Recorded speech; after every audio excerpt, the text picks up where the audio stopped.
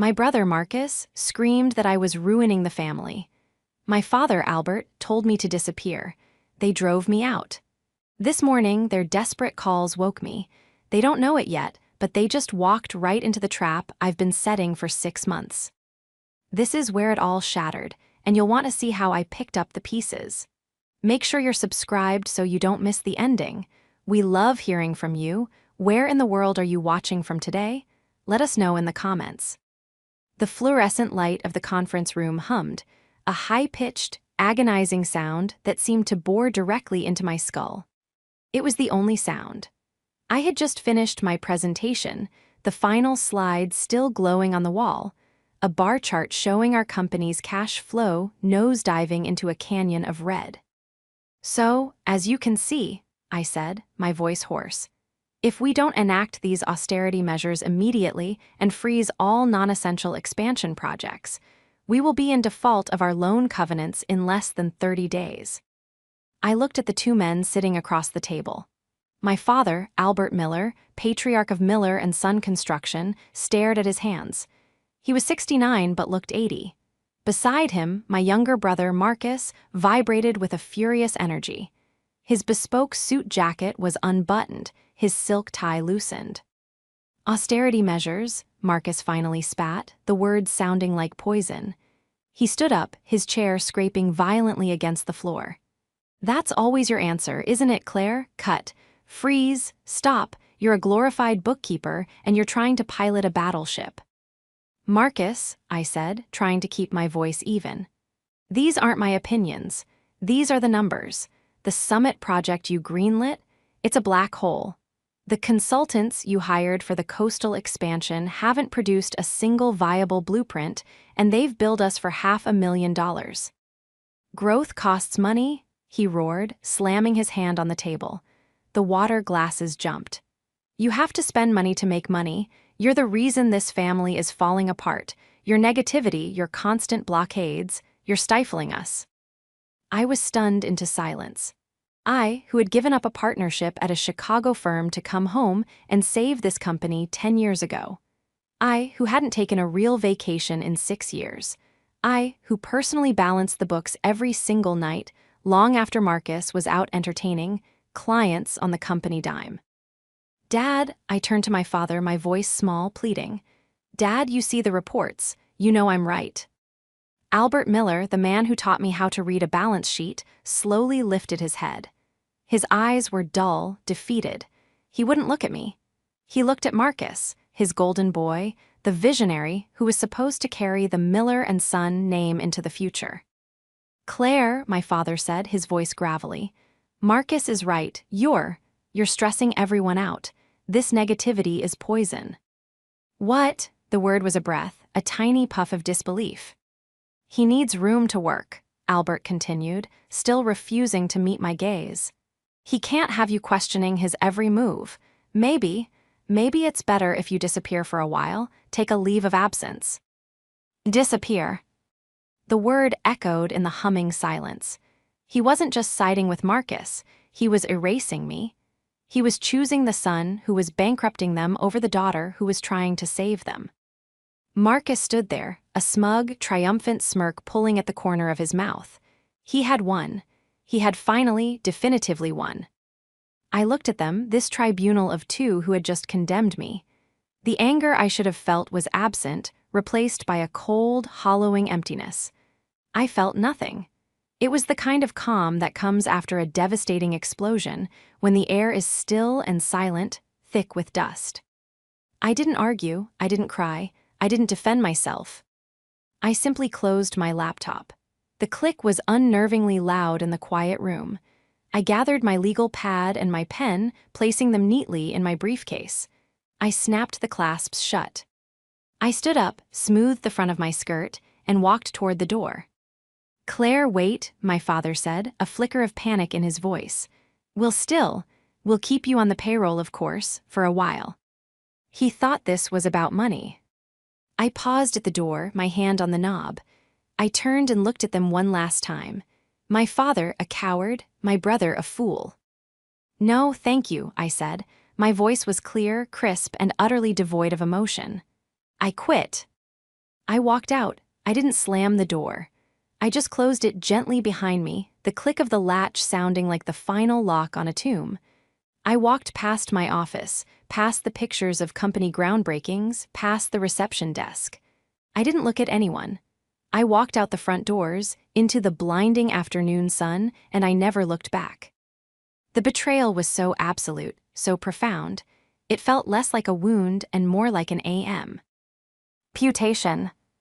The first 12 hours were a blur. I drove to my small, quiet apartment on the other side of town, the one I kept because it was modest and efficient, and I let myself in. The silence of my own space was a relief. I sat on my sofa, still in my work clothes, for hours. I didn't turn on the TV. I didn't make dinner. I just stared at the wall as the sun went down, tracing the patterns of the evening light as they crept across the carpet and disappeared. My phone buzzed on the coffee table. I saw Marcus's name flash. A text. I ignored it.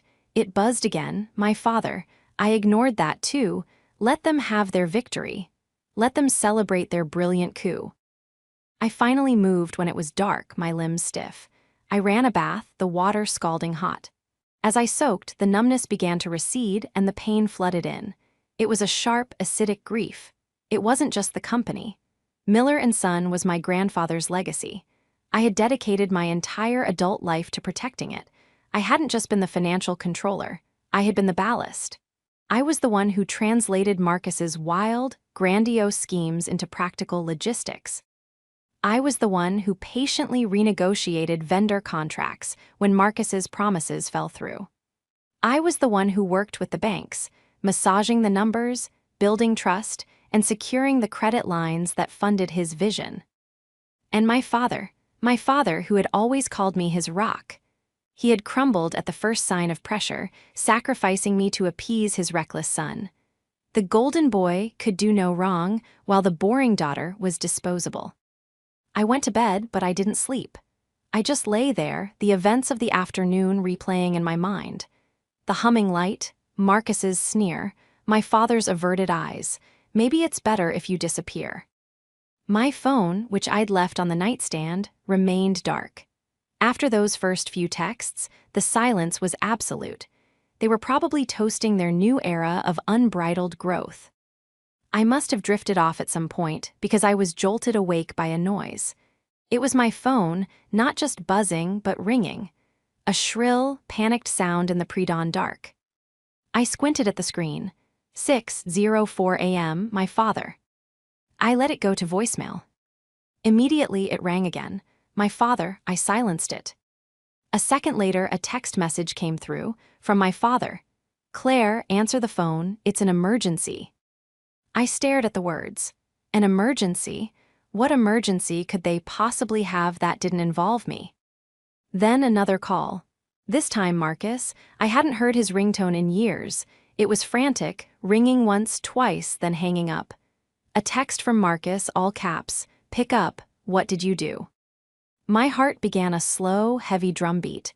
What did I do? I did exactly what they asked. I disappeared.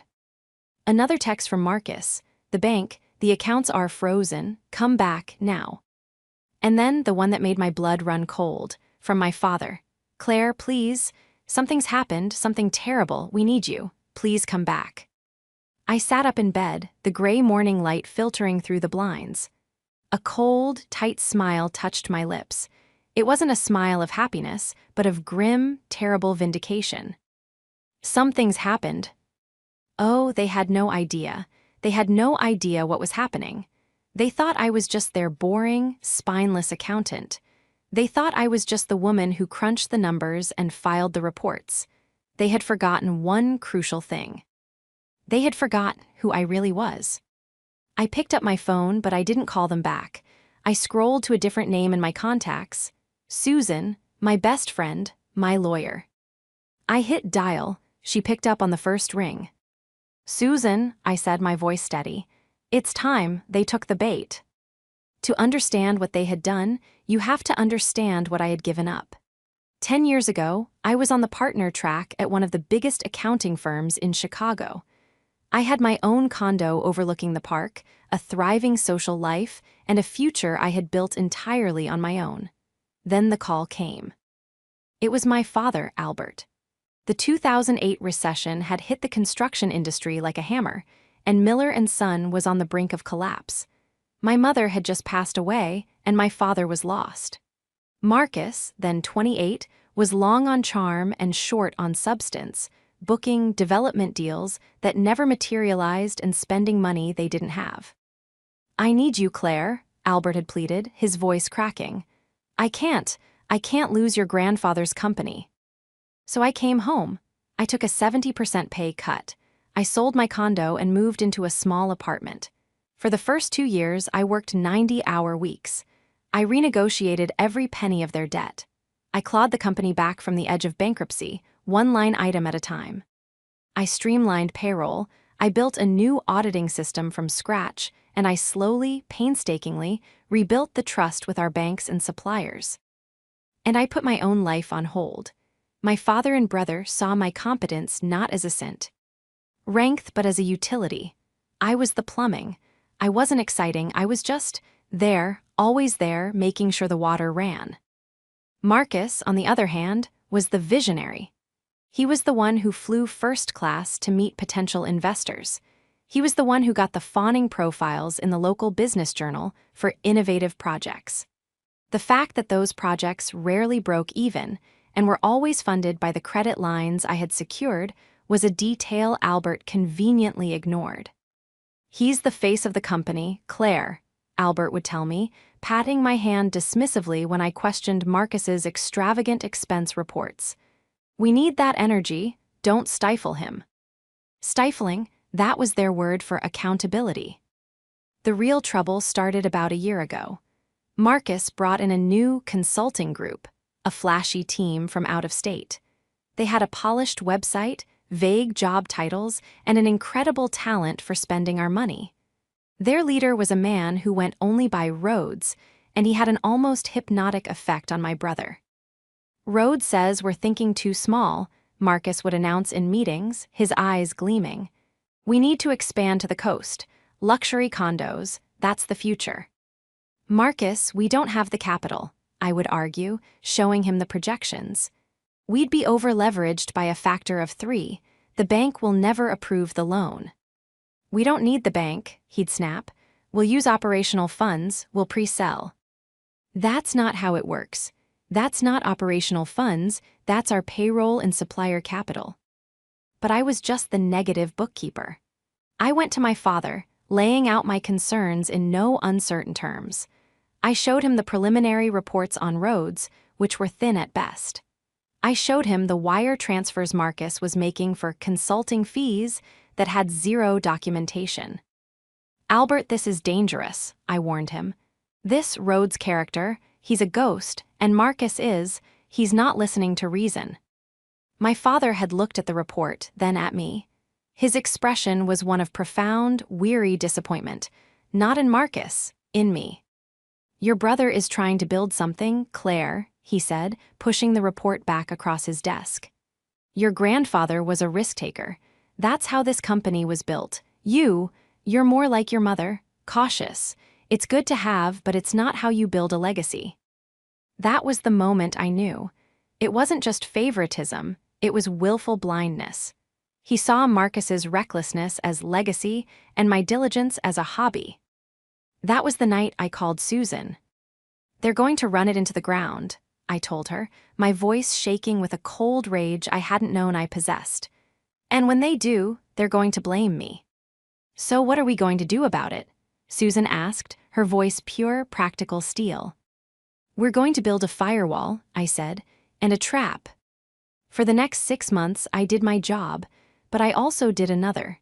Every night after I left the office, I logged into a private, encrypted server from my home computer. I began to build a second set of books, a shadow ledger. I duplicated every single suspicious wire transfer Marcus initiated. I saved every email where I formally warned him and my father about the coastal project. I downloaded copies of the fraudulent invoices from Rhodes's shell company. I meticulously documented every single time Albert initialed a report he clearly hadn't read, approving expenditures against my express written advice. I was no longer just an accountant.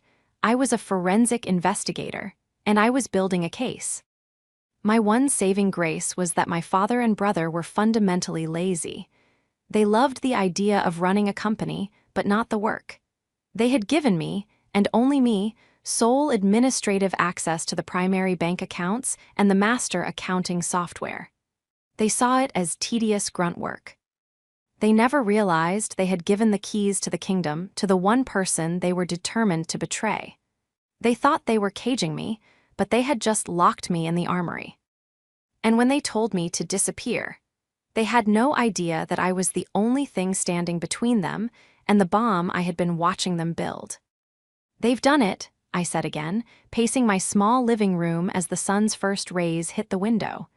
"The bank froze the accounts." "Of course they did," Susan's voice was calm, a stark contrast to the panicked texts still lighting up my phone. "You told me the covenants on the main loan agreement stated that any unapproved vendor payment over $250,000 would trigger an automatic review. How much did Marcus send to Rhodes yesterday?"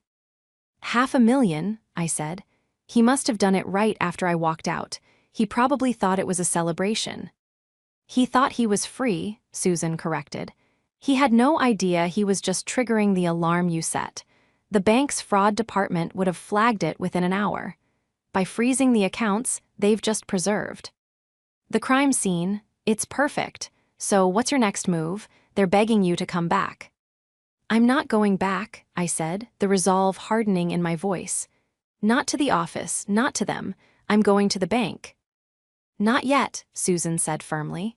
"You don't go to them. They come to you. You're no longer an employee, Claire. You're a material witness.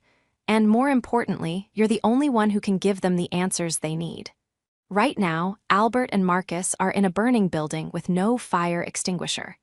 You're not going to run in and save them. You're going to wait for them to crawl out, and then you're going to dictate the terms of their rescue." She was right. My first instinct was to rush in to fix it. That's what I had always done. But not this time. This time, they would feel the full weight of their incompetence. "So I wait," I asked. "You wait for their panic to peak, and in the meantime, we prepare." The next few hours were a blur of activity. Susan came to my apartment, and we converted my dining table into a war room. We opened the encrypted file, my shadow ledger. It was all there, 6 months of meticulous, damning evidence. "This is beautiful," Susan murmured, scrolling through the spreadsheets. "Wire transfers, time-stamped emails, forged invoices. Claire, this isn't just gross negligence. This is wire fraud. Marcus could go to jail." A pang of something twisted in my gut. Jail. This was my brother. "That's not the goal," I said, more to myself than to Susan. "The goal is to save the company from him." "To save the company, you have to sever the limb," Susan said, her eyes meeting mine. "You can't hesitate, Claire. They didn't. They threw you to the wolves without a second thought. You need to be prepared for what this means." I took a deep breath. I am. My phone was now exploding. I had 17 missed calls from my father, 9 from Marcus, and most surprisingly, 3 from our company's longtime attorney, a man named Henderson. They were pulling out all the stops. At 10:00 a.m., I finally answered a call. It was Albert. "Claire, thank goodness." His voice was thin, breathless with panic. "You have to come down here, the bank. They've locked us out. The auditors are here. They're saying there are irregularities. Marcus can't get into the system. It's a mess, honey. You have to fix this." Honey, he hadn't called me that in years. "Fix what, Dad?" I asked, my voice perfectly calm. Susan gave me a sharp nod. "I don't know, all of it. The payroll file is due today, and we can't access it. The bank manager won't even speak to me. He's asking for you." "I don't work there anymore, remember?" I said.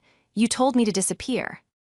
"Claire, this is not the time for jokes," he yelled, the panic turning to his familiar anger. "I'm not joking," I replied. "I am no longer an employee of Miller & Son. I have no authority to fix anything. And frankly, I have no interest." You can't do this," he sputtered. This is your family, your name. You and Marcus were the ones so concerned about the family name yesterday, I said. You're the ones in charge, so you handle it. Goodbye, Dad. I hung up the phone. My hand was shaking. Good, Susan said. Now we send one email to the bank. I drafted it carefully, with Susan dictating the legal language. It was addressed to Mr. Davies, the bank's regional vice president, the man I had cultivated a relationship with for a decade.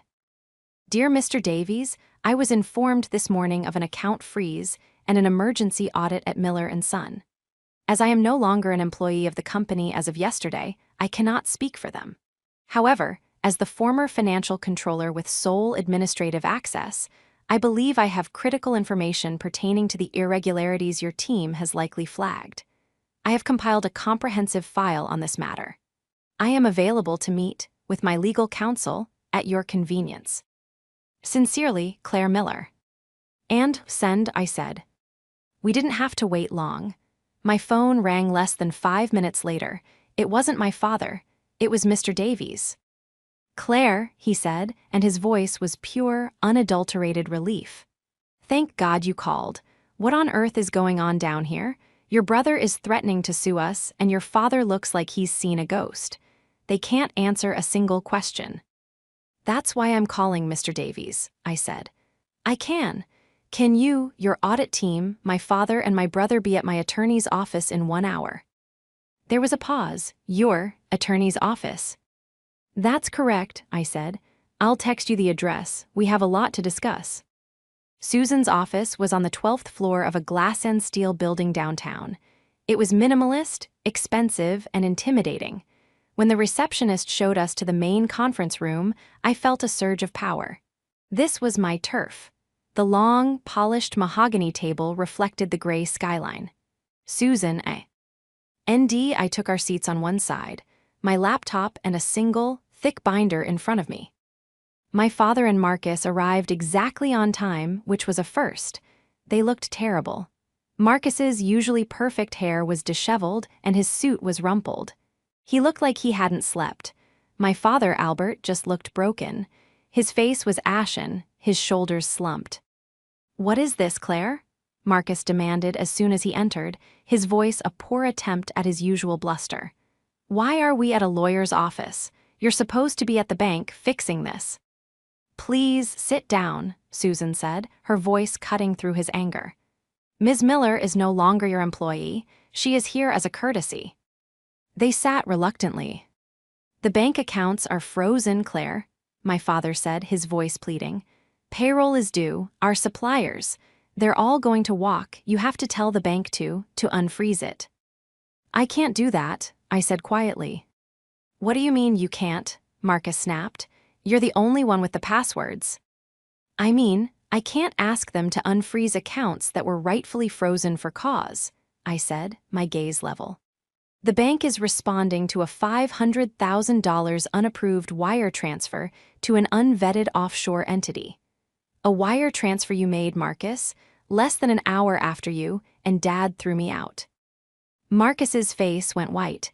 My father looked from me to Marcus, his brow furrowed in confusion. What offshore? The consulting fees for roads, I said. The final payment on the coastal project. The one I told you both would bankrupt us. That's a lie, Marcus said, finding his voice. It was a legitimate business expense. You're trying to sabotage me. Am I? I opened my laptop and turned the screen toward them. I didn't open the shadow ledger. Not yet. I just opened the company's internal server, the one I still had access to. I pulled up the wire authorization. This is your digital signature, Marcus, on an invoice from Rhodes Global Strategies, a company registered in the Cayman Islands. An invoice that has no purchase order, no contract number, and no supporting documentation. You pushed it through the system using an executive override, knowing I was gone and couldn't stop you. My father squinted at the screen. Marcus, what is this? It's just paperwork, Dad, Marcus said, his voice rising in panic. She's trying to confuse you with her bean counter nonsense. The deal is solid. Is it, Marcus? I asked. Is the deal solid? Because I also pulled the preliminary engineering reports from the geological survey. The land you're trying to build on, it's unstable. The soil won't support the foundation you've designed. The entire summit project is unbuildable. You've spent, or rather, you've wired, $1.2 million to a ghost for a project on a swamp. My father made a small, choking sound. "You're lying," Marcus whispered, but all the fight had gone out of him. He knew I had him. "This is just the tip of the iceberg," I said. I looked past my brother to my father. "You asked me to disappear. You told me I was the poison. You sided with him. You sat there and let your son, who has been actively defrauding your company, Granddad's company, accuse me of ruining it." "Claire, I didn't know," Albert whispered.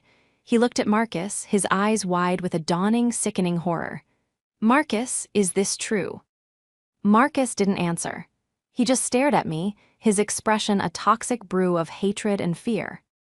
"You did this," he seethed. "You set me up." "You set yourself up, Marcus," I said, my voice as cold as the glass on the table. "I just did my job. I kept the records you tried to hide." Before he could respond, the door opened, and the receptionist showed in Mr. Davies from the bank, along with two other people in severe suits, who I correctly identified as the audit team. "Mr. Davies," Susan said, standing up. "Thank you for coming. Please have a seat."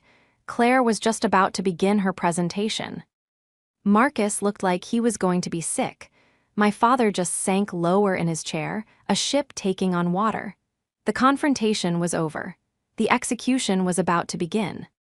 Mr. Davies and his team sat down, their faces grim. They clearly were not here for a friendly chat. "Claire," Davies began, foregoing any pleasantries, "I'll be blunt. Our audit team has been running diagnostics all morning. What we're seeing, it's not just irregularities. We're seeing a pattern of high-value transfers to non-standard vendors, shell corporations, and offshore accounts. We're seeing, well, it looks a lot like fraud, and it all seems to originate from your brother's terminal." Marcus, who had been silent, sprang to life. "That's ridiculous. Our company is expanding. Those are normal operational costs. He pointed a trembling finger at me, has been sabotaging my projects for a year. She's locked me out of the system and is feeding you lies to cover her own incompetence." It was a pathetic, desperate attempt. Davies, a banker for 30 years, just looked at him with an expression of profound boredom. "Mr. Miller," Davies said, "your operational costs have no contracts attached, and the account you wired $500,000 to yesterday was flagged by the Treasury Department. Your entire company's assets are now frozen, pending a full forensic investigation." My father, Albert, finally spoke. His voice was a dry rattle.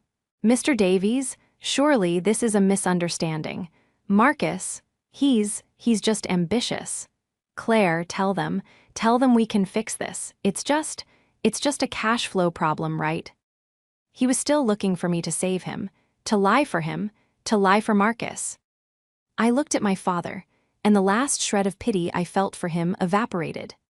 "No, Dad," I said, my voice clear and carrying across the table. "It's not a misunderstanding, and it's not a cash flow problem." I turned to Mr. Davies. "Gentlemen, what your audit team has found in the last 3 hours, I have been documenting for the last 6 months." I clicked a button on my laptop. The large monitor on the conference room wall flickered to life. It wasn't our company's server. It was my private, encrypted server. My shadow ledger. "What is this?" Davies leaned forward, his eyes sharp.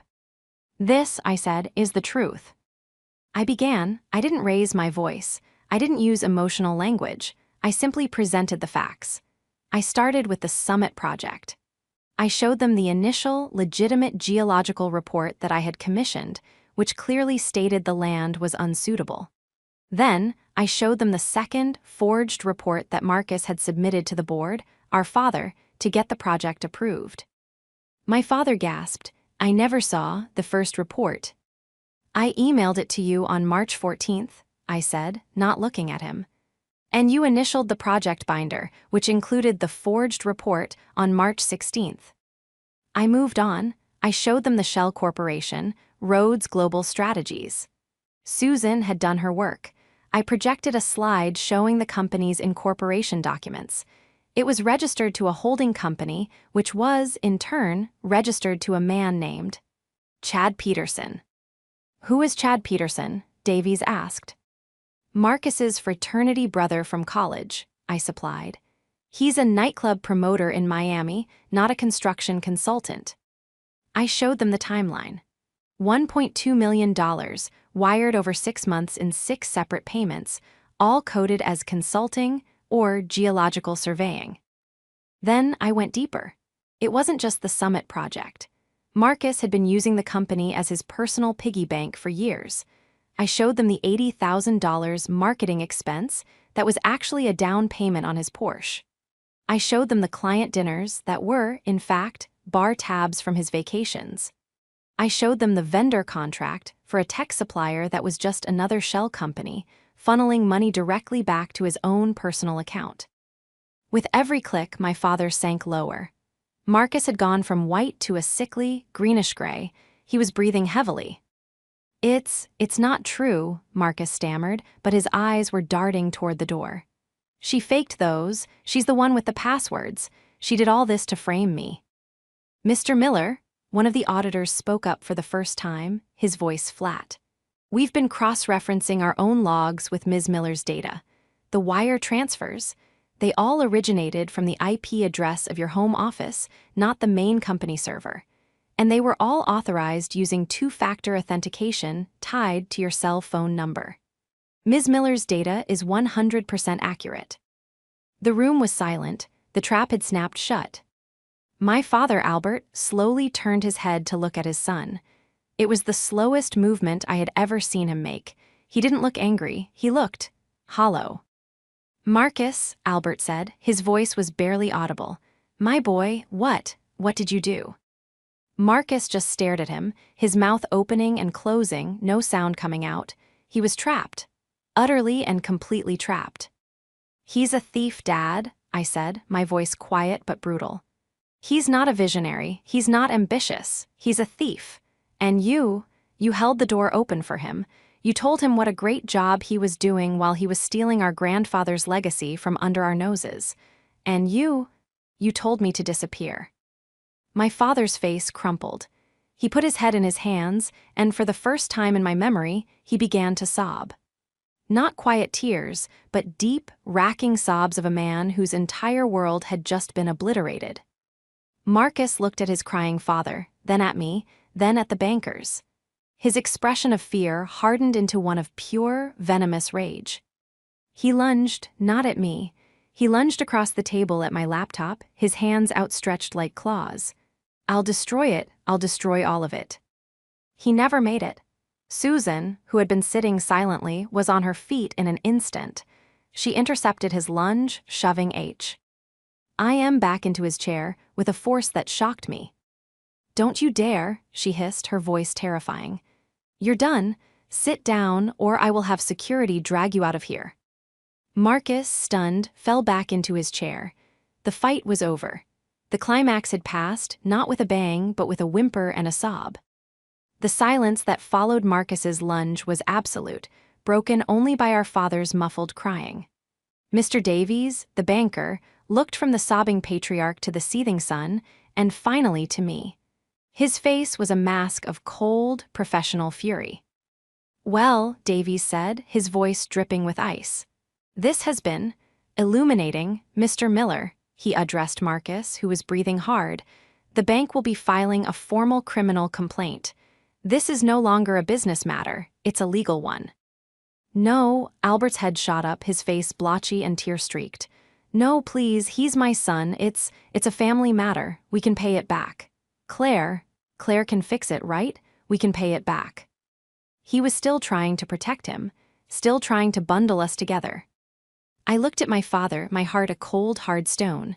"No," I said. Susan stepped forward, placing her hands flat on the table. "Gentlemen," she addressed Davies and his team, "we understand the bank's position. However, my client," she motioned to me, "has a proposal." Davies raised an eyebrow. I'm not sure what proposal you could make, counselor. We're looking at millions in misappropriated funds.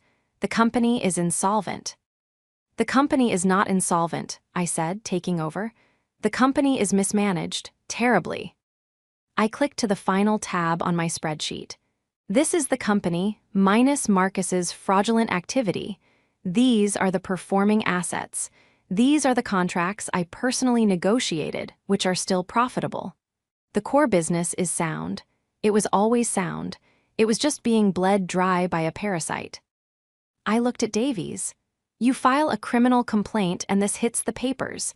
Miller and Son Construction is finished. The name is mud. Your loan is worthless. You'll get pennies on the dollar after a protracted bankruptcy. Everyone here, I motioned to the auditors, knows I'm right. They didn't move, but I had their full attention. Or, I continued, you take my proposal, we handle this, quietly as a family, and as a bank. What's the proposal? Davies asked, his eyes narrow. First, I said, Marcus signs over his 49% stake in the company, all of it, to me, today. He will also sign a legally binding document, drafted by my attorney, confessing to the misappropriation of funds. This document will be held by the bank. If he ever steps foot in the company or violates a non-disclosure agreement, you file the report. It's the only leverage that will work. Marcus looked like he was about to speak, but Susan shot him a look that silenced him. Second, I said, my father Albert will sign over his 51% controlling interest. All of it. To me, he will be given a small, fixed pension and the title of Chairman Emeritus, but he will have zero operational or financial authority. Effective immediately. My father looked at me, his eyes wide. This was not the fix he'd been expecting. He thought I would save them. He didn't realize I was staging a coup. And third, I said, the bank agrees to restructure the debt. You will not call the loan. You will give me 90 days. I will liquidate the Summit project assets, what's left of them. I will terminate all fraudulent contracts. I will personally oversee the recovery of as much of the stolen money as possible, and I will get your payments back on track. I leaned forward. You've worked with me for 10 years, Mr. Davies. You know my numbers. You know I have never, ever been late on a payment. You can either liquidate this company and take a massive loss, or you can bet on the only person in this family who has ever known how to run it. What's it going to be? Davies was silent for a full minute. He looked at my spreadsheet. He looked at my father, who was a broken man. He looked at Marcus, who was a cornered animal. And then he looked at me. Draft the paperwork, counselor, he said to Susan. A flurry of activity. Susan, ever prepared, already had the share transfer documents and the confession printed. She laid them in front of Marcus. You can't make me, he snarled. I'm not, Susan said. He is. She nodded to Davies, who was already pulling out his phone. The alternative is that Mr. Davies calls the police. Right now, you'll be in a holding cell by dinner, your choice. Marcus's hand trembled as he picked up the pen. He looked at me, his eyes promising a revenge he could never deliver. He signed. He initialed the confession, his movements jerky and violent. Then Susan placed the second set of documents in front of my father. Dad, I said softly. He looked at the papers, he looked at his son, he looked at me, he had lost everything. His son was a thief, his daughter was an executioner, the legacy was in ruins. You planned this, he whispered. You knew. I hoped I would never have to use it, I replied, and it was the truth. I gave you every chance to see the truth. You chose to be blind, now sign, or we all go down. Albert Miller, the great patriarch, picked up the pen. His hand was steadier than his son's. He signed away his company. He signed away his name. He signed away his legacy. He pushed the papers back to Susan. It's done, Susan said, gathering the documents. Indeed, Davies said, standing up. He looked at me. Ms. Miller, I expect an updated P&L report on my desk by Monday. Don't make me regret this. You won't, I said. He and his team filed out. It was just the three of us again, the broken family. Marcus stood up, his chair scraping. He didn't look at me, he didn't look at his father. He just walked to the door, a man with nothing, and left. Now it was just me and Albert. He sat there, staring at the polished table. "Claire," he said, his voice a ghost. What happens now?" I stood up and put my laptop back in my briefcase. I snapped the latches shut. "Now," I said, "I go to work. I have a company to save." I walked out of the conference room, leaving him alone in the wreckage. The 90 days that followed were the hardest of my life. They were also the most rewarding. The moment I stepped back into the offices of Miller & Son, now just Miller Construction, as my first act as CEO was to legally change the name, the atmosphere was thick with fear. Employees I had known for years wouldn't meet my eye. They'd heard the rumors, the frozen accounts, the fight, the ousting of Albert and Marcus. They assumed the company was finished. I called an all-hands meeting in the lobby. "There are going to be a lot of changes," I told them, my voice echoing in the quiet. "But I will not lie to you, we were betrayed. Not by market forces, not by a competitor, but from within. Marcus Miller is gone. Albert Miller is retired. The company was bled, but the heart is strong. We will survive, but I need you." I spent the next month in a whirlwind of forensic accounting and brutal negotiations. I hired Susan's firm to go after Rhodes and Chad Peterson. We managed to freeze and recover nearly $400,000 of the stolen money before the rest vanished. I sold the useless Summit Project land at a 60% loss, but it was cash in hand. I fired the consultants and cut Marcus's entire Vanity Project division. It was painful, but with every cut, the company's pulse grew stronger. I met with our suppliers one by one. I showed them the real books. I showed them my plan. "I know what we owe you," I told them. "And I know my family broke your trust. All I can give you is my word. I will make this right." To my surprise, they stayed. They had worked with me for years. They knew my word was good. I worked from 5 a.m. to 10 p.m. I was the first one in and the last one out. I didn't just manage the books, I went to the job sites.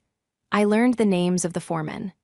I earned their respect, not with false charm, but with competence.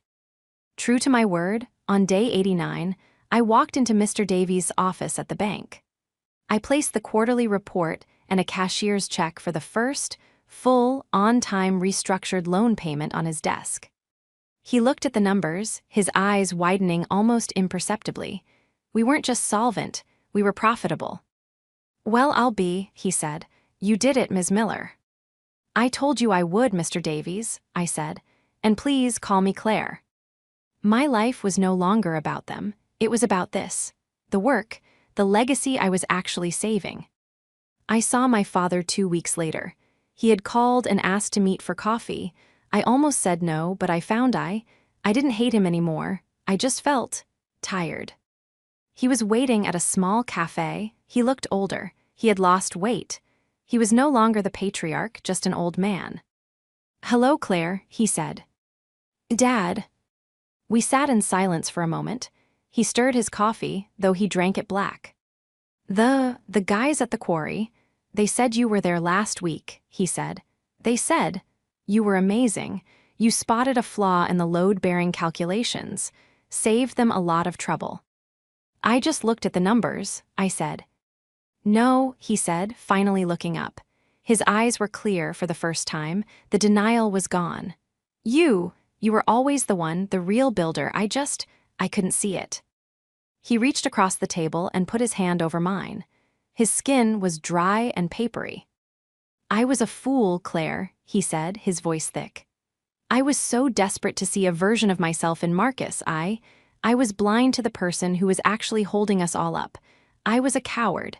And I am so sorry for what I did, for what I let him do." A single tear rolled down his cheek. Can you ever forgive me?" I looked at our hands, his which had built so much, mine which had saved it. "I'm working on it, Dad," I said, and I was. I didn't see Marcus. Susan's legal threats had been effective. He was in Miami, living with his friend Chad, his name and reputation in our hometown completely destroyed. He would never work in this industry again. He was, for all intents and purposes, a ghost. That evening, I left the office at a reasonable 6 p.m. As I walked to my car, I looked up at the sign on the building. Miller Construction. It was a good name, a strong name. I had saved my grandfather's company. I had saved my father from himself. And in the process, I had finally saved myself. I got in my car, and for the first time in as long as I could remember, I drove home with the windows down and the music on.